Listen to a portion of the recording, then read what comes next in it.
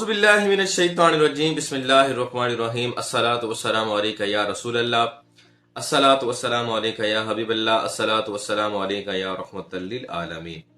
दोस्तों, आज की इस वीडियो में हमारा सवाल ये है कि वज़ू की हालत में झूठ बोला या ग़ीबत की या फहाश बका तो इससे वज़ू बरकरार रहेगा या नहीं रहेगा, तो इस वज़ू से क्या वो फ़र्ज़ नमाज अदा कर सकता है या नहीं कर सकता।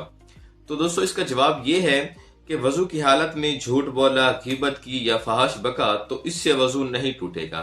अलबत्ता मुस्तहब ये है कि वज़ू दोबारा कर लिया जाए। तो अगर वो दोबारा वज़ू नहीं करता और उसी ही वज़ू से फ़र्ज़ नमाज अदा करता है तो ये खिलाफ़े मुस्तहब होगा। दोस्तों, उम्मीद करता हूँ आपको ये मेरी वीडियो मुकम्मल तौर पर समझ आ गई होगी, और अगर ये वीडियो अच्छी लगे तो इस चैनल को सब्सक्राइब कर दें ताकि हमारी हर नई आने वाली वीडियो आप तक बआसानी पहुँच सके। दोस्तों, इन वीडियोस बनाने का मकसद ये होता है कि आप तमाम लोगों की इस्लाह हो सके। छोटे छोटे मसाइल ऐसे होते हैं जिनका हर आम इंसान को पता नहीं होता, तो ये बात हमारा आप तक पहुंचाने का मकसद सिर्फ यही है कि आप तमाम दोस्तों की इस्लाह हो जाए।